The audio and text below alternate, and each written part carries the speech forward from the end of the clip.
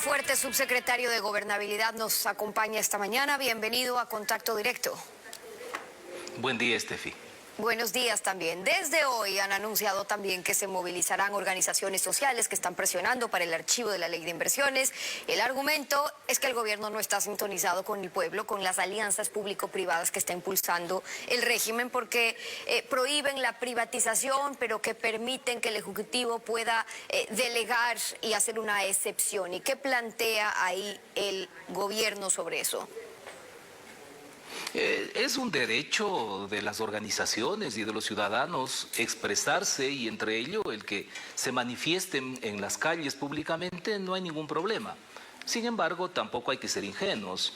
Hay una coincidencia entre la marcha de ayer de la CONAIE y lo que hoy de tal modo que, sin duda alguna, forma parte del juego democrático en el que algunos sectores le apuestan a presionar a los asambleístas a efectos de que no se apruebe la propuesta de ley de inversiones remitida por el Ejecutivo.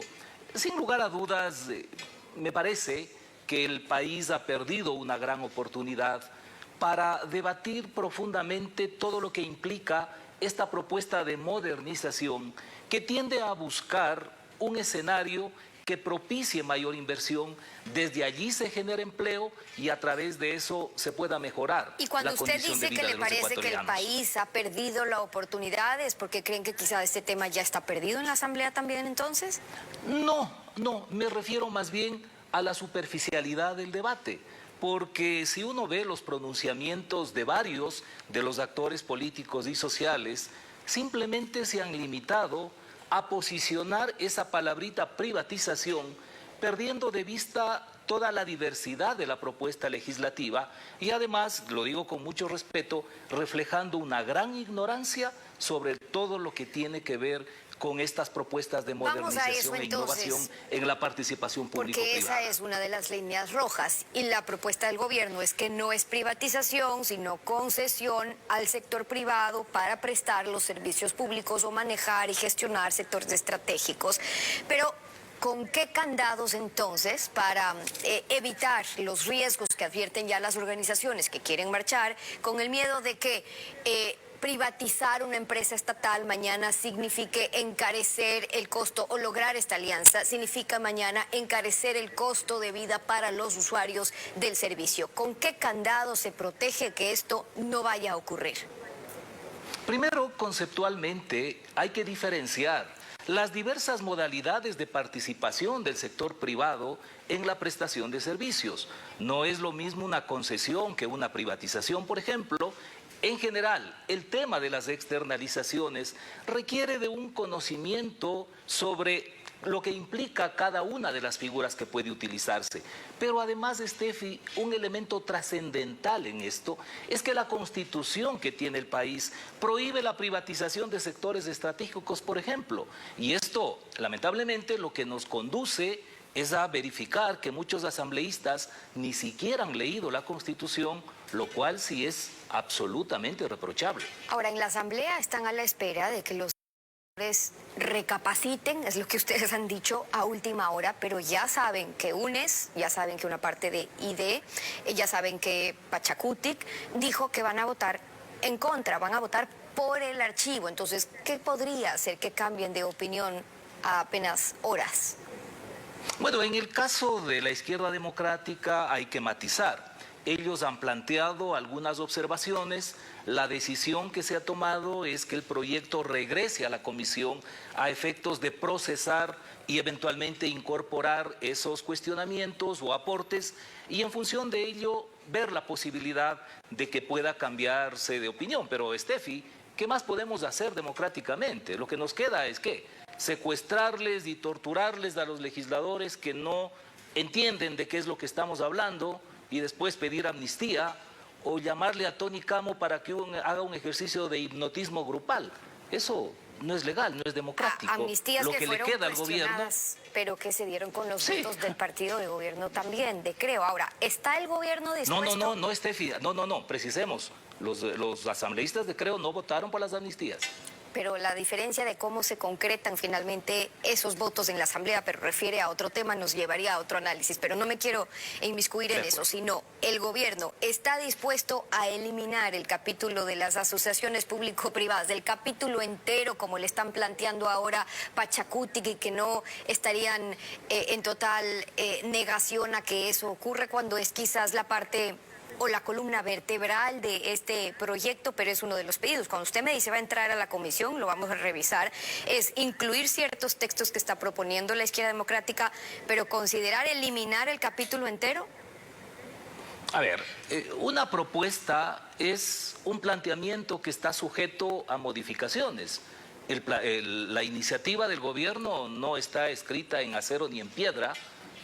Ese es el trabajo precisamente de la Asamblea.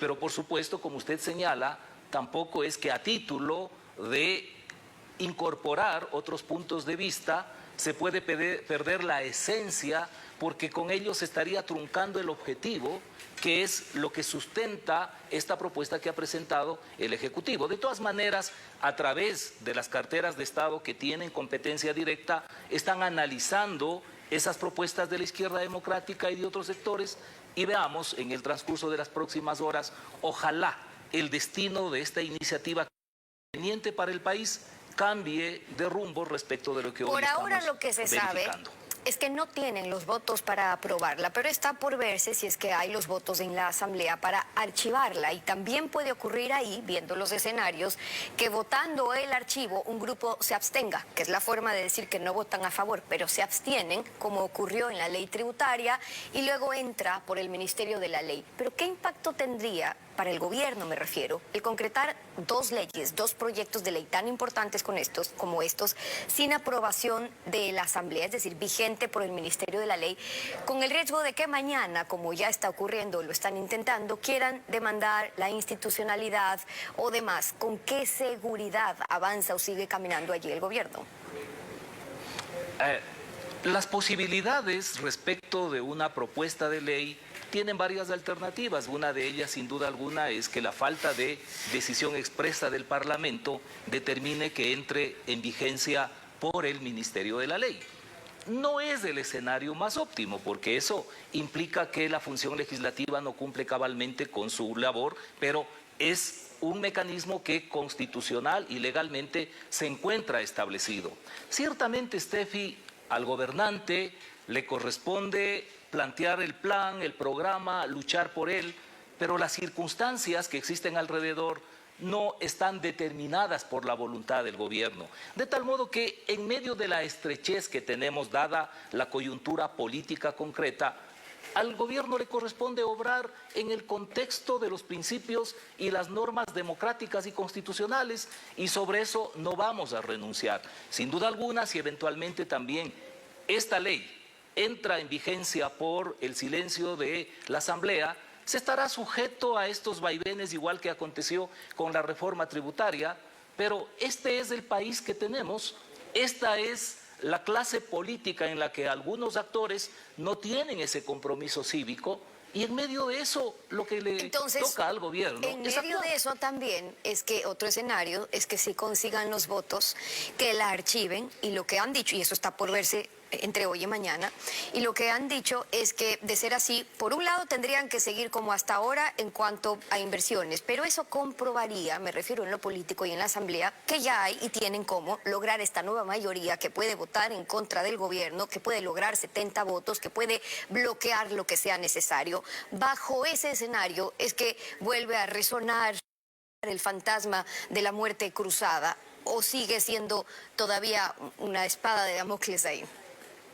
No, mire, Steffi, no es que a ningún funcionario del gobierno se le ocurre hablar de la muerte cruzada unilateralmente, sino en virtud de lo que en el cumplimiento de sus funciones los periodistas plantean. Sí, la muerte cruzada es un instrumento que consta en la Constitución, pero el gobierno no quiere utilizarle como un elemento intimidatorio.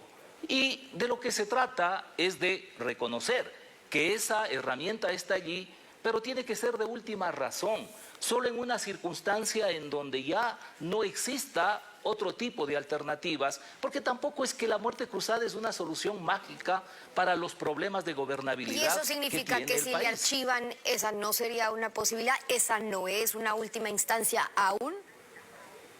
Desde luego, usted tiene otros mecanismos. Allí está la consulta popular, que es uno de los medios sobre los cuales estamos analizando para determinar su implementación. Todo va a depender de la evaluación sobre el resultado que se tenga finalmente respecto de esta propuesta de ley de inversión. Y sobre eso, César Rone, el asambleísta aquí en contacto directo, lo dijo una vez que dejó la asamblea. Recordemos.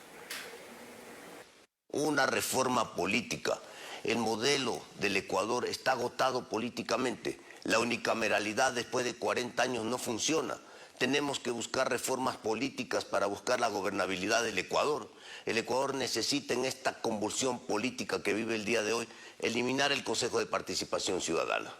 Se necesita doble cámara, la Cámara Baja y la Cámara Alta, para que haya un control cruzado político en el interior de la Asamblea Nacional. Se necesitan en elecciones en segunda vuelta. Entonces, hoy se habla mucho de la muerte cruzada, sí, muerte cruzada, pero sin reformas no sirve de nada, porque en 6 meses vamos a ir a elegir lo mismo que tenemos hoy, que no funciona. Por lo tanto, sí a la muerte cruzada, pero con reformas institucionales. ¿Ese escenario lo está contemplando, lo ha contemplado el gobierno según lo que pase? Es decir, muerte cruzada, pero con inmediata consulta para todo lo que necesita ser cambiado o reformado. Lo que señala el ex parlamentario Ron no puede sino ser compartido en buena parte. La temática, sin duda alguna, presenta posibilidades de, como en aquello de la bicameralidad, pero desde luego algo que fluye frente a toda esta circunstancia de tensión y de bloqueo es la necesidad de una reforma política integral, de tal modo que esto da la razón para la serenidad y la responsabilidad con la que el gobierno obra sobre este tema de la muerte cruzada. Porque, Steffi, esto es así como cuando en la carretera alguien apresuradamente y en forma temeraria rebasa y resulta que 200 metros más allá tiene una gran congestión vehicular. No le sirve de nada. Si las reglas de juego con las que tendría que ejecutarse lo que posteriormente viene a una muerte cruzada no han variado, es altamente probable que lo único que hagamos es escribir un nuevo episodio de tensiones, de bloqueo, de incertidumbre, de mediocridad política y de estancamiento del país. Ahora, ante ese escenario, ¿sigue siendo un escenario poco probable? Porque el presidente finalmente no quiere ir nuevamente a campaña, no quiere ir nuevamente a elecciones con el riesgo a perder después de una ley que dejó más impuestos. Distinto hubiera sido si toman esa decisión con una alta aceptación por un plan de vacunación, pero después de un proyecto de ley que metió más impuestos, no están bajo el mismo escenario.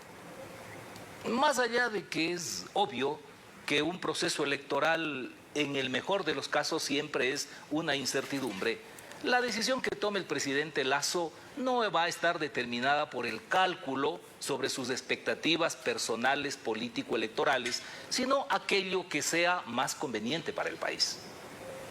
Y esa es la posición de Juan Manuel Fuertes, el subsecretario de Gobernabilidad, acompañándonos hoy en Contacto Directo. Muchas gracias por haber estado con nosotros. No, a usted, Steffi, a la audiencia. Buenos días con usted.